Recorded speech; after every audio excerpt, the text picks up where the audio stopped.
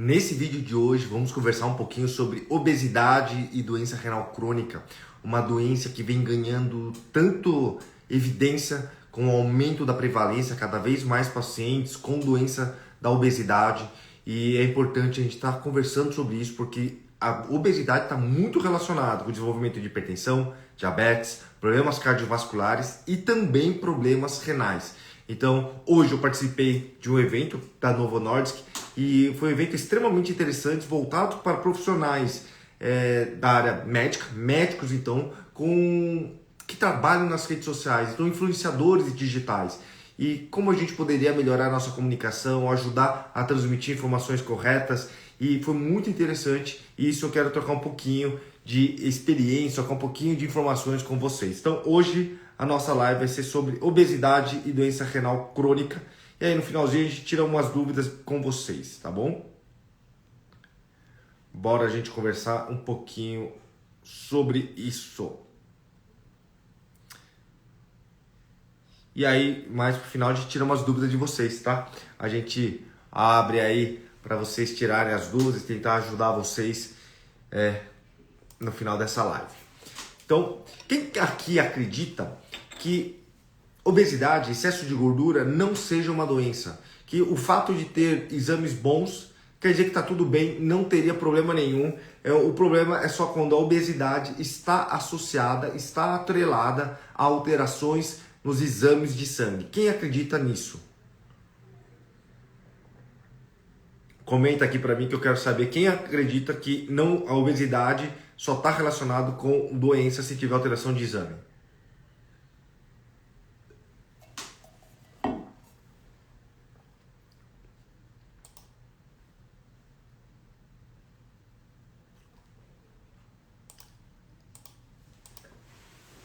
Ó, a Bruna falou que fez bariátrica, Tita falou que não acredita.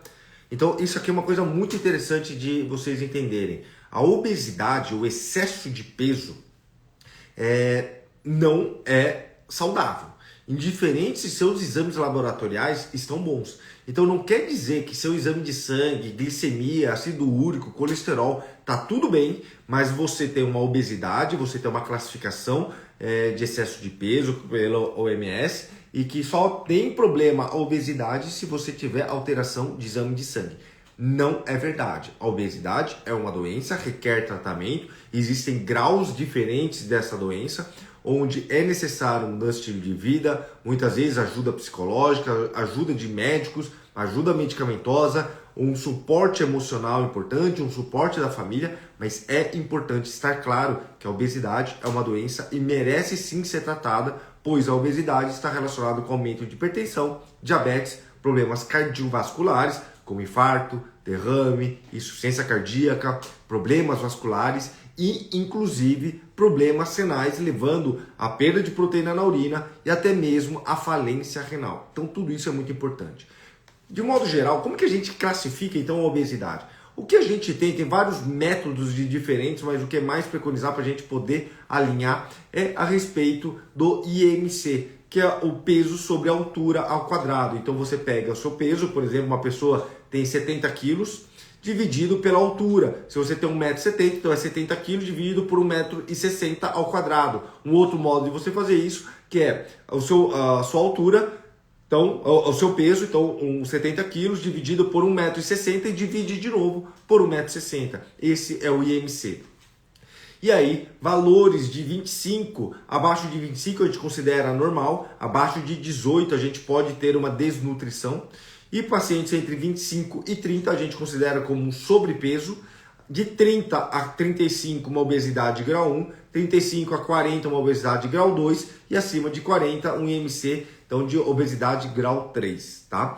De modo geral, aí depois os endocrinologistas, cirurgiões, gastrocirurgiões que voltam muito para a especialidade da cirurgia bariátrica, eles vão avaliar cada caso, muitas vezes paciente com IMC acima de 3, então um IMC acima de 40, uma obesidade grau 3 ou uma obesidade grau 2, um IMC acima de 35 associado com doenças cardiovasculares, doenças como diabetes, poderiam ter a indicação de realizar a cirurgia bariátrica, que aí cada caso, cada tipo de cirurgia seria diferente e tem seus prós e contras e benefícios na perda de peso. Mas para aqueles pacientes que têm uma obesidade importante, que tem dificuldade, refratariedade na mudança do estilo de vida, muitas vezes já tem uma dor articular importante, uma dor no joelho, uma dor no quadril. Esses pacientes não conseguem praticar atividade física da melhor maneira possível para ajudar na mudança do estilo de vida. Pacientes que não conseguem ter um tratamento medicamentoso satisfatório, mantendo um comportamento psiquiátrico com compulsão alimentar, tudo mais, podem se beneficiar então da cirurgia bariátrica e muitas vezes trazer benefício com a cirurgia para reduzir esse peso. Então, de modo geral, a gente classifica a obesidade de acordo com IMC, que é a altura, o peso sobre a altura ao quadrado, sendo menor que 25 a princípio normal, de 25 a 30 um sobrepeso, de 30 a 35 uma obesidade grau 1, 35 de IMC a 40 uma obesidade grau 2 e acima de 40 uma obesidade grau 3. A obesidade, ela tem uma produção, um acúmulo excessivo de gordura e principalmente aquela gordura abdominal, aquela barriga de chope, aquela gordura que envolve os órgãos como fígado, estômago, gordura que envolve o coração, gordura que envolve o rim, é uma gordura visceral. E essa gordura é uma gordura extremamente perigosa, pois com desregulações de hormônios como leptina, adiponectina, podem começar a trazer alterações inflamatórias, onde vão começar a trazer complicações. E essa inflamação crônica está associada com uma resistência da insulina. O que é uma resistência insulínica? Que é uma coisa que muita gente fala. Você dosei insulina no seu sangue, está com uma insulina alta. O que pode indicar essa insulina mais alta? Poderia indicar, no contexto de uma paciente com excesso de gordura, uma resistência insulínica. E o que seria a resistência insulínica? A insulina é um hormônio que está responsável por pegar o açúcar que está na corrente sanguínea, tirar o açúcar do sangue e jogar para dentro da célula. E aí diminui o açúcar do sangue e alimenta as células, porque a célula precisa de glicose para poder produzir energia. É isso que a gente precisa. Então a insulina tem esse papel de pegar o açúcar que está na corrente sanguínea, levar para dentro da célula para que as mitocôndrias possam fazer todo o trabalho de produção de energia. A resistência insulínica ocorre, então, com aquelas pessoas sedentárias, com processo de inflamação, mais obesas, com acúmulo de gordura, onde tem uma alteração dos hormônios Deu uma travada aqui que me ligaram. Então, novamente, voltando aqui, a alteração inflamatória faz agora com que você tenha uma resistência. Aquela insulina que pegava o açúcar e jogava para dentro da célula, não está funcionando de uma maneira adequada. O pâncreas, que é um órgão que produz a insulina, tem que trabalhar agora muito mais para produzir mais insulina para fazer a mesma ação de pegar o açúcar do sangue e jogar para dentro da célula. O que acaba acontecendo? Aquela paciente mais obeso, muito provavelmente ele pode começar a ter uma resistência e aí o pâncreas começa a trabalhar mais, a gente vai vendo a insulina cada vez mais alta, um índice de Roma, que é um outro exame para a gente avaliar a resistência periférica, cada vez mais alto. E a gente vai vendo então a dificuldade da insulina em captar esse açúcar. Com o progredir da doença, o que pode começar a acontecer? O pâncreas agora não está mais dando conta de produzir a insulina necessária para ser capaz de pegar todo esse açúcar e jogar para dentro da célula. O que acaba acontecendo? Começa a sobrar açúcar na corrente sanguínea, que é a hora que a gente faz a dosagem do exame de sangue e vamos ver a glicemia de jejum, que deveria estar menor que 99, ficando acima de 100, entre 100 e 126 é um pré-diabetes. Acima de 126 a gente pode considerar um diabetes quando a gente repete o exame e persiste acima de 126, ou um outro exame também é a hemoglobina glicada. Uma hemoglobina glicada menor que 5,6 pode ser normal. 5,7 a 6,4 de hemoglobina glicada a gente considera como um pré-diabetes. E acima de 6,5 a gente considera como diabetes. Novamente, precisa de 2 exames repetitivos comprovando esses valores. E aí o que significa isso? Que agora o pâncreas não está dando conta de produzir o excesso de insulina necessária para poder captar esse açúcar para jogar para dentro da célula. Está sobrando açúcar na corrente sanguínea. Consequentemente, o pré-diabetes já começa a trazer lesão para os nossos órgãos. Então, esse é um primeiro conceito que eu quero que vocês fiquem muito claro. O pré-diabetes também vai prejudicar as pessoas. O pré-diabetes está prejudicando o rim. O pré-diabetes está prejudicando, aumentando o risco de infarto e derrame comparado com pessoas que não têm diabetes, tá? Pré-diabetes já é algo deletério, algo nocivo. Qual que é o avançar? Em que momento, então, a gente pode precisar de insulina? É quando o pâncreas, que está trabalhando pra caramba para tentar vencer, produzir muita insulina, por conta dessa resistência periférica, o pâncreas agora não está conseguindo mais, ele começa a ter falência da produção. É igual o motor de um carro que você está correndo a 120, 130 km por hora na quarta marcha. Uma hora esse motor não vai dar conta. Uma hora esse motor vai fundir, vai queimar, vai dar problema. É a mesma coisa o pâncreas. O pâncreas está trabalhando pra caramba para produzir insulina por conta da sua resistência. Daqui a pouco o pâncreas começa a falir, que não está mais conseguindo produzir. Consequentemente, a insulina, que deveria estar subindo cada vez mais para dar conta de controlar a glicemia, a insulina começa a cair. É a hora que você precisa, o diabético tipo 2, vai precisar tomar injeção de insulina. Então aquele paciente com aquela barriga visceral, aquela gordura visceral, com a barriga de chope, acima do peso, com pouca massa muscular, muitas vezes sedentário, muitas vezes com alteração laboratorial, alteração inflamatória, e vai começar agora a não dar conta de produzir essa insulina. E aí a gente precisa fornecer essa insulina de uma maneira exógena, que é quando você então começa a aplicar insulina na barriga para poder controlar melhor o diabetes. Medicamentos como glibenclamida, gliclazida, glipizida são medicamentos que estimulam o pâncreas a produzir mais açúcar, mais insulina. Então você está forçando ainda mais isso. Medicamentos que melhoram a sensibilização, por exemplo, a metformina, pioglitazonas. As glitazonas ajudam a sensibilizar melhor para poder captar melhor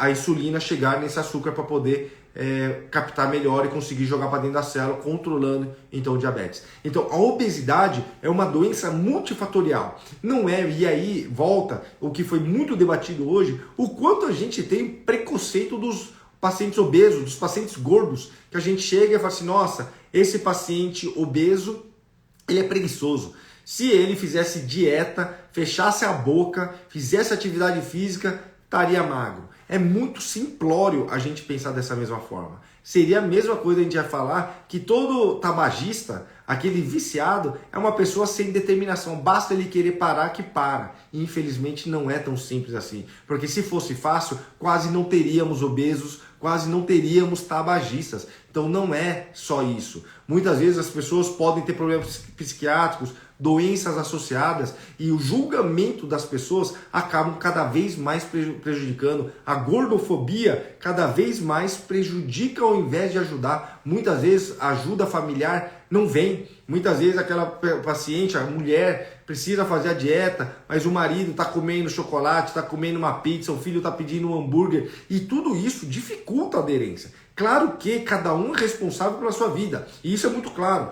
Você tem uma doença, você tem que ter a determinação para poder fazer. Você é o responsável pela sua saúde. Você é o responsável por controlar a sua doença. Ninguém está colocando uma comida na sua boca. Mas é óbvio que se a sociedade, o seu ambiente favorece, é muito mais fácil. Se você precisa fazer uma dieta e todo mundo na sua casa está fazendo a dieta, todo mundo está fazendo atividade física junto, é muito mais fácil você controlar do que só você está fazendo dieta e está todo mundo, o resto, comendo chocolate, pizza, hambúrguer, besteira, Coca-Cola, e só você está fazendo dieta. É muito mais fácil você cair na tentação e errar. Tá todo mundo sedentário vendo filme, só você está acordando cedo, chegando mais tarde do trabalho e indo malhar. Só você está cansado. Então isso mina um pouco a sua rotina, mina a sua autoconfiança. Muitas vezes os resultados demoram para chegar. Aquela perda de peso não vem de uma hora para outra. Aí você começa a perder a confiança. Pô, será que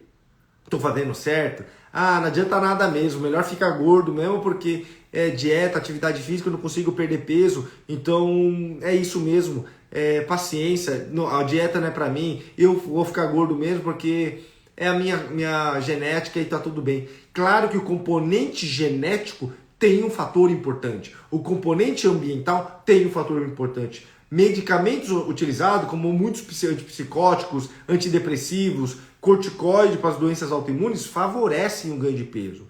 Mas não pode ser por isso que a gente tem que tolerar a obesidade. Temos que considerar a obesidade uma doença e precisamos tratá-la de uma maneira multifatorial. E novamente, precisamos conscientizar que isso não é uma vergonha. Pedir ajuda profissional de psicólogos, nutricionistas, educadores físicos, médicos, endocrinologistas é fundamental. Novamente eu reforço aqui com vocês, a obesidade é uma doença que requer tratamento, não negligenciem isso. Quanto mais massa muscular você tem, é mais fácil você perder peso.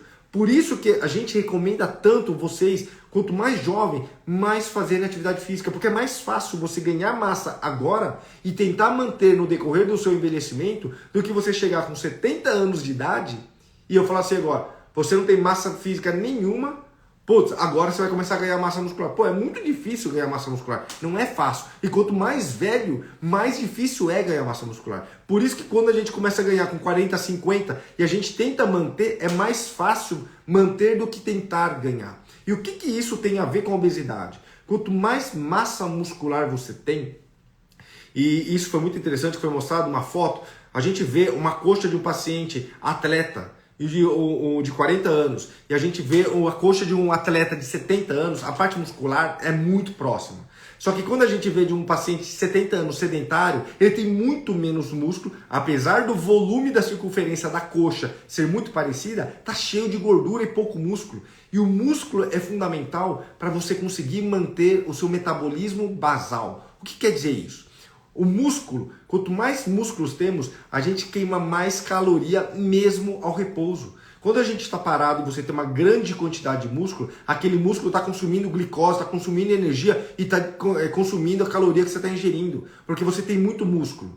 Quando você tem pouco músculo, aquela caloria que você ingeriu não está sendo consumida pelo aquele músculo, porque tem pouco músculo. Essa caloria excedente vai virar gordura novamente. Por isso que pessoas que têm mais massa muscular ajudam a manter o peso e evitam o efeito sanfona. Qual que é a pior situação, na minha opinião? Aquele paciente que está obeso, tá precisando perder peso, e aí daqui a pouco ele começa, putz, adorei, peguei o gosto da corrida, vou começar a correr. Vou correr porque corrida é uma ótima, gosto, relaxo, começa a correr, perde 20 quilos correndo, ele perde massa muscular. Desses 20 quilos ele perdeu uns 12 quilos de gordura, 8 quilos de massa muscular, emagreceu realmente, é visível, mas perdeu muito músculo, emagreceu, só que agora deu problema no joelho. Putz, deu um problema no joelho, meu joelho deu problema no menisco, é muito impacto por conta da corrida, tô com dor, não dá mais para correr. O que vai acontecer? O metabolismo basal dele é muito baixo e ele vai ter um reganho de peso gigantesco. Porque primeiro, ele perdeu massa muscular, ele tem menos músculo para manter o metabolismo gasto energético basal. Como ele parou de fazer atividade física, ele vai, toda a caloria agora que ele ingeria 2.000, 3.000 calorias, antes ele tinha muito músculo, aliás, antes ele fazia muita atividade física que queimava tudo isso. Agora ele parou totalmente de fazer atividade física porque machucou o joelho. Essas 3.000 calorias, o músculo vai consumir 800 calorias, sobrou 2.000 calorias. O que vai acontecer? Vai virar 2.000 calorias, vão ser transformadas depois em gordura, em reserva energética. Esse cara vai ganhar peso. E o pior, vai ganhar peso aumentando a gordura e mantendo agora menos massa muscular que tinha antes, porque ele emagreceu a custas também de massa muscular. Por isso que é tão importante quando você fizer atividade física e quiser emagrecer, conciliar a estratégia de exercício físico, de atividade física aeróbica com atividade física anaeróbica, resistiva, como musculação. Então você conciliar, por exemplo, bicicleta, natação, corrida, se você gosta, com musculação, porque você vai fazer atividade física com uma corrida, vai te ajudar demais a perder peso, vai te ajudar demais a aumentar o gasto metabólico por conta de queima de caloria, vai te ajudar a controlar melhor o colesterol, vai te ajudar a controlar melhor o ácido úrico, a glicemia, o triglicérides, só que você também vai fazer musculação, porque você vai estimular o ganho de massa muscular. Então você vai perder 20 quilos, ao invés de você perder 8 quilos de músculo, agora você vai perder 2, 3 quilos de músculo, você vai perder muito mais gordura, e daqui a pouco você vai estacionar, você vai ganhar, perder de gordura, você vai ganhar mais músculo, porque a musculação vai te promovendo maior ganho de massa muscular. E quanto mais massa muscular você tiver, mesmo que você se lesione, você está muito forte, você tem muito músculo, e esse músculo continuará demandando uma queima calórica. Então você ingeriu 3.000 calorias, mas você machucou o joelho. Só que você é um cara muito forte. Então das 3.000 calorias, quando você não tem músculo, você vai consumir 800 calorias. Agora que você tem muito músculo, você vai consumir 2.000 calorias. E esse outras 1.000 é o que você vai ganhar de peso. Então você vai ganhar muito menos peso nesse reganho, porque você tem mais massa muscular. A massa muscular, então, é fundamental para você conseguir manter a estabilidade do seu peso. Evitar o efeito sanfona. Perde 20 quilos, ganha 25 quilos. Perde 10 quilos, ganha 8 quilos. Esse efeito sanfona vai se minimizando com o ganho de massa muscular. E isso que é tão importante. E por isso que a atividade física aeróbica precisa estar sendo conciliada com a atividade física anaeróbica, que é a musculação. É fundamental isso. Além do mais, a massa muscular vai te aliviar as dores. Vai aliviar as dores nas costas, aquela dor lombar, a dor no joelho. O músculo estabiliza melhor a articulação, vai te ajudar a ter uma articulação, um movimento mais harmônico, com menos trauma, com menos dor, diminui o impacto. Por isso também é tão importante você fazer musculação de todos os músculos, grupos musculares. Não adianta você querer só fazer musculação da coxa, que é o que todo mundo gosta mais. Todo mundo odeia perna. Eu também odeio perna, ninguém gosta de perna. Mas tudo que você vai fazer perna é mais fácil fazer o de esticar, que melhora a coxa. Só que aquele outro que você deita e dobra a perninha, ninguém gosta, porque você não quer trabalhar o músculo posterior. Só que é fundamental. Por quê? Quando você vai ter o joelho, essa dobra depende tanto do músculo anterior quanto posterior. Se você tiver um desequilíbrio da quantidade de músculo, você, em vez de você ter esse movimento harmônico, daqui a pouco você está fazendo um movimento raspando, promovendo dor, promovendo desgaste, e isso é um problema.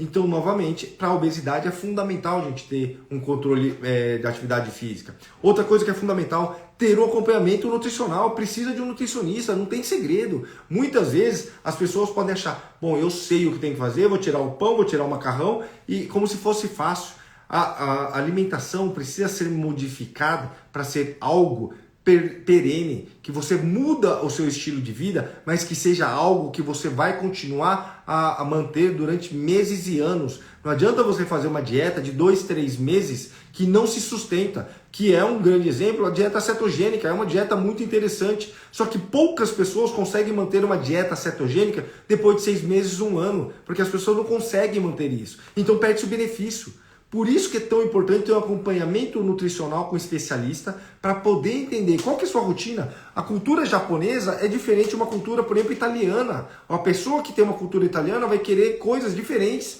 na alimentação que uma pessoa como eu, que sou japonês, que é diferente de um judeu, por exemplo. Cada um vai ter uma preferência diferente. Uma pessoa que come muita carne, um gaúcho, vai ter uma preferência diferente. Não tem alimentos proibidos. Tudo depende da harmonia, da quantidade, da distribuição. Depende de cada paciente, depende de cada resultado de exame, depende de qual estratégia vai ser feita. E, novamente, o acompanhamento nutricional é importantíssimo para a gente manter uma melhor estratégia de perda de peso. Não negligenciem o papel do nutricionista. Isso é muito importante. Então, novamente, existe alimento proibido? Não existe alimento proibido. Tudo depende. O obeso que está querendo perder peso vai poder comer, sim, um pedaço de brigadeiro. Vai poder comer vários? Não. Vai poder comer todo dia? Talvez não. Depende de como está fazendo. Dá para negociar, dá para melhorar a estratégia, melhorar a alimentação com legumes, frutas, vegetais. Tudo isso é importante. Quem vai poder te ajudar é o nutricionista. Esse é o profissional que vai ser o profissional que vai lhe ajudar no melhor controle dos alimentos, conciliando alimentos, macroelementos, microelementos, mais fibra, mais carboidrato, menos carboidrato, óleo bom, óleo ruim, mais proteína, menos proteína, mais proteína gorda, tudo isso o nutricionista vai poder te ajudar. Mas aqui eu falo com vocês, não é fácil perder peso. Eu entendo, concordo, a maior parte das pessoas aqui com certeza não estão no seu peso ideal, com certeza a maior parte das pessoas estão beirando ou são sobrepeso, mas é importante entender que mesmo o sobrepeso já possui efeitos deletérios para a sua saúde e que precisam ser modificados. E onde então a obesidade vai prejudicar a função renal. Então, como eu falei para vocês, a obesidade está muito relacionada com doenças como hipertensão, diabetes, mas a obesidade por si só também está atrelada à doença renal. Lembrar novamente, a hipertensão e diabetes são responsáveis por 69% dos casos de pacientes que vão para diálise. 69% dos pacientes que iniciam hemodiálise ou diálise peritoneal possuem como causa a hipertensão, principalmente, e diabetes. E são doenças que, quando a gente trata, a gente poderia evitar esse tipo de desfecho, poderia evitar a falência renal. E, novamente, a obesidade está muito relacionada com o desenvolvimento da hipertensão e diabetes. Então, muitas vezes, para evitar você ter hipertensão e diabetes, temos que controlar seu peso. Para a gente poder... agora você é hipertenso e você é diabético. Além de controlar essas duas doenças, temos que tratar a causa base, que muitas vezes pode ser a obesidade. E além do mais, a obesidade por si só prejudica o rim. Como prejudica o rim? Eu falei para vocês, a obesidade produz moléculas inflamatórias e essa inflamação agride também diretamente o rim e, consequentemente, prejudica o rim, causando perda de proteína na urina. Qual a analogia que eu sempre faço aqui com vocês? O rim é uma rede. Imagina que essa rede está pegando fogo agora. Você tacou fogo na sua cortina. O que acaba acontecendo? Cria-se buracos. E através desses buracos, dessa inflamação, começam a perder proteína na urina, que é o primeiro sinal de lesão renal. A sua creatinina pode estar normal, mas se você está perdendo proteína, já é um sinal de lesão dos rins. E muitas vezes está relacionado que essa rede está tendo buracos. E de onde vem o buraco? Temos que investigar. Pode ser doença autoimune, pode ser diabetes, pode ser pressão alta, mas pode ser obesidade também. Outra coisa, a obesidade, com a pessoa obesa, e quanto maior a obesidade, maior o volume de líquidos que tem no corpo. Quanto maior o volume de líquido, mais o rim tem que trabalhar. Agora imagina essa rede que é o rim, trabalhando sob pressão, muita pressão nessa rede. Tá vindo líquido, tá vindo sangue para filtrar e tá forçando. Uma hora essa rede vai esgarçando e vai criando buraco, por onde também vamos tendo perda de proteína na urina, vamos causando mais inflamação, mais lesão. E dentre os meus pacientes que eu atendo hoje, existem alguns pacientes onde estão perdendo uma proteína de uma maneira significativa, 3 gramas, 5 gramas de proteína na urina, onde eu acredito que a causa dessa perda não é de doença autoimune, e sim relacionado a diabetes. E aí, estratégias para a gente conseguir perder peso com mudança do estilo de vida, apoio multiprofissional com psicólogos, educadores físicos, psiquiatra, endócrino, tudo isso juntos são fundamentais, e medicamentos que ajudam a comprovadamente a proteger o rim. Quais são os medicamentos? Eu já sempre falo, temos 4 medicamentos que são os pilares no tratamento da doença renal crônica, mas temos 2 desses pilares que ajudam muito, tanto no controle do peso, quanto no protegendo o rim, como os inibidores de SGLT2, como Forxiga e Jardiance, que vão ajudar no controle do diabetes. Eles eliminam glicose na urina, ajudando a perder um pouco de perda de peso. E os análogos de GLP-1, e dentre os análogos, o mais famoso hoje em dia é o Ozempic, a semaglutida, onde além de também ajudar na perda de peso, diminuir saciedade, melhorar a parte inflamatória, também consegue diminuir a produção de proteína, consegue diminuir a perda de proteína na urina, protegendo o rim, protegendo o coração. Então existe hoje um armamento medicamentoso que protege muito o rim, e isso é muito importante. Conciliar, muitas pessoas tomam medicamentos para emagrecer, mas muitos desses medicamentos, além de emagrecer, podem também ter o benefício na proteção renal, diminuindo a necessidade de diálise, protegendo a elevação de creatinina, protegendo o coração. Trabalhos como o estudo FLOW, que foi publicado no Congresso Europeu de Nefrologia, mostrando benefício renal, menos proteína na urina, menos ida para diálise,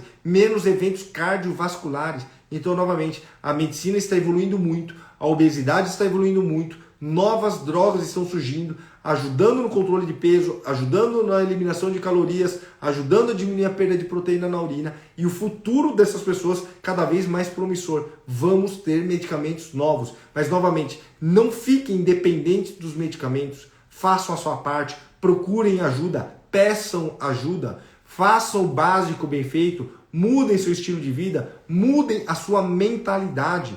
E o tratamento medicamentoso é um dos pilares para a gente poder tratar esse paciente. Mas na minha opinião, temos 4 pilares fundamentais: controle dietético, controle de exercício físico, controle medicamentoso e controle emocional, psicológico emocional, psicoemocional. Isso é fundamental. Sem esse controle multifatorial desses 4 pilares, a gente não consegue cuidar desses pacientes. Certo, pessoal? O que eu queria comentar com vocês na live de hoje de obesidade é sobre isso. Então, novamente, falei várias coisas, desde a classificação, desde como prejudica a obesidade, estando relacionado a doenças como hipertensão, diabetes, doenças cardiovasculares, a obesidade por si só produzindo inflamação, sobrecarregando o rim, forçando essa rede, a gordura em volta do rim, também causando mais inflamação, mais pressão nesse rim, mais prejuízo. Então a obesidade sim sendo um grande agravante. E quando nada dá certo, temos ainda a possibilidade, em alguns casos selecionados, da cirurgia bariátrica como uma alternativa muito interessante para controle, além de peso, também do diabetes e também da proteção renal. Então a cirurgia bariátrica não deve ser vista com maus olhos, pelo contrário, cada vez mais vem também ganhando força e pode sim, nesse contexto, ser uma das estratégias para poder controlar e ajudar o paciente a ter uma vida melhor, uma qualidade de vida melhor e controlar todas as suas doenças. Certo, pessoal? Agora que eu queria falar, quero saber se foi bom para vocês, se valeu a pena essas informações. Lembrar novamente, esses vídeos não vão ficar gravados aqui no Instagram. Esses vídeos estão sendo... vai ficar gravado poucas horas. Estão indo, todos os meus vídeos de live estão indo para o YouTube. Então quem quiser ter mais vídeos sobre doença renal, que eu já falei de várias coisas, vários temas, todas as lives estão no meu canal no YouTube. Se você quer acessar, vai lá no meu link, clica no link da minha bio, do meu perfil, você vai ter o acesso ao canal do YouTube, onde você vai conseguir ver tudo, inclusive essa live se você chegou agora. Então você vai conseguir assistir também, tá? Mas as lives, então, não estão ficando mais aqui no Instagram, estão ficando no canal do YouTube. Certo, pessoal? Bom demais. Obrigado, Bruna, Cristina. Tomar um golinho d'água. E vamos lá. O que vocês têm de dúvidas que eu posso ajudar vocês agora sobre outros temas aí? Obrigado, Tita. Ó, eu sei que vocês mandaram um monte de dúvida no meio aqui. Me perdi, tá? Não dá para saber. Manda de novo aqui que eu falo para vocês. Obrigado, Ivone. Você é sempre muito querida.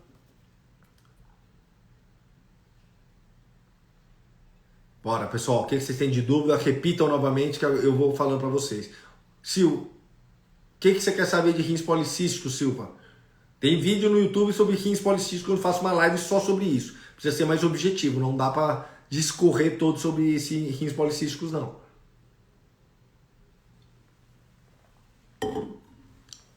Hidronefrose. Carmelita, hidronefrose quer dizer dilatação do rim. Aí pode ser desde cálculo renal, desde tumor, desde malformação. Hidronefrose é uma dilatação desse rim, muito provavelmente por algo que está dificultando a drenagem de urina, tá? Aí precisa investigar. O melhor médico nesse caso normalmente é o urologista.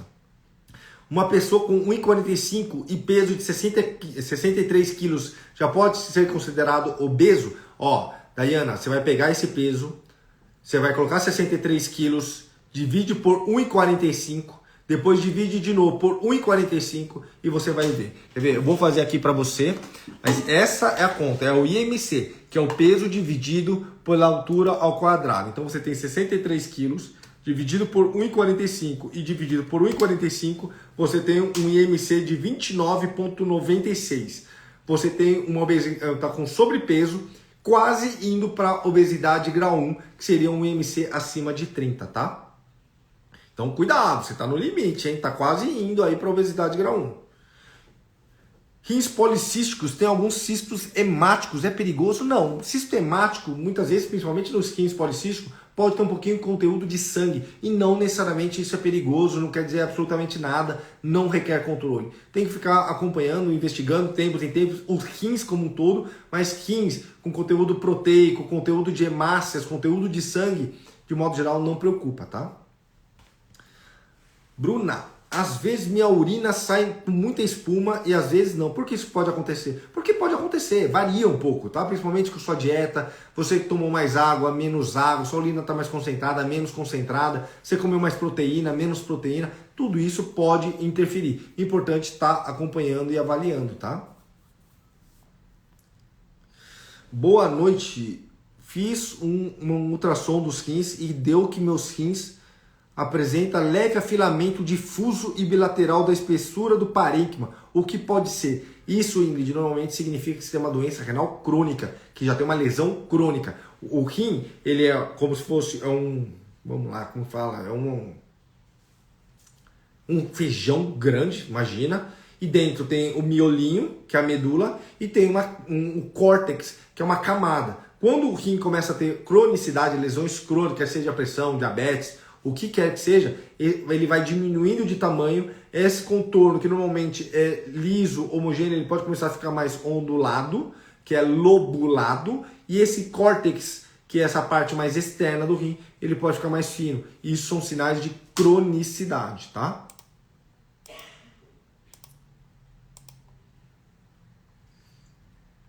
Bora, que mais?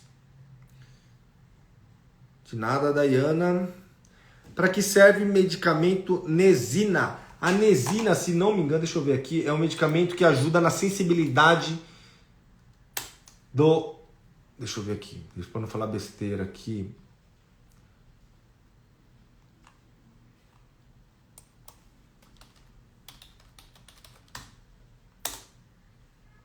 Deixa eu ver aqui, peraí. A Nesina é a alogliptina. E ele é... Deixa eu ver aqui.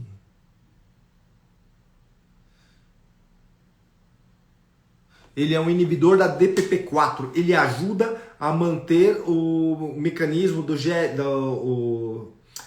hormônio análogo a GLP-1 funcionando, não sendo degradado. Então, os inibidores de DPP-4, eles acabam ajudando com que alguns hormônios não sejam degradados, ajudando a manter um controle melhor da glicemia, tá? Essa é a Nesina. A mesma coisa do Traienta, que é a linagliptina. Mesma coisa da vildagliptina. Que exame tem que fazer para ver se tem perda de proteína na urina? Exame de urina como albumina na urina em amostra isolada sobre creatinina urinária, ou albumina numa urina de 24 horas, proteinúria de 24 horas, são exames bem interessantes para poder ver a proteína. Minha cunhada é obesa e não come muito, o que pode ser? Alguma coisa acontece, Edna. Precisa ver, tem que ter acompanhamento com endócrino, com nutricionista. Pode ser que ela não coma muito, mas coma errada, ela tem uma ingestão calórica muito grande. Ah, não como nada, mas come uma paçoca. A paçoca tem caloria pra caramba. Ela tem uma massa muscular muito baixa, onde o músculo tem tão pouco músculo que não queima caloria. Então tudo isso tem que ser muito bem avaliado em conjunto, tá? Tenho dúvida da quantidade de água. Faz 6 meses que retirei um rim. De modo geral, Stefani, você pode tomar em torno de uns 30 ml, 25, 30 ml por quilo de água por dia, tá? De modo geral, para aquelas pessoas que não têm uma doença mais importante, que não estão retendo líquido, tá? Em torno de 20, 30, 35 ml por quilo já está de bom tamanho.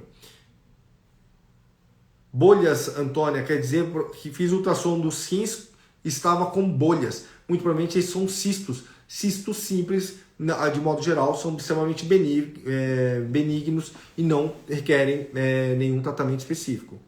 Tomar água já dá vontade de urinar em seguida e a urina quase sempre transparente. É normal? Pode acontecer, Dani. Eu, por exemplo, quando eu estou tomando muita água ou tomo café, eu tenho uma sensibilidade maior da bexiga, tenho um efeito um pouco diurético, você vai urinar mais. Isso pode acontecer. Grande Flávio, gratidão, porque é isso, eu sou muito grato aí. Nova York é um dos lugares que eu quero ir logo, viu, Flávio?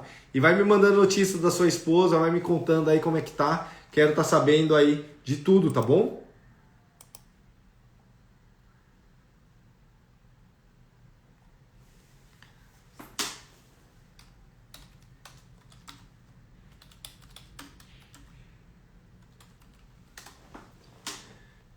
Vamos lá.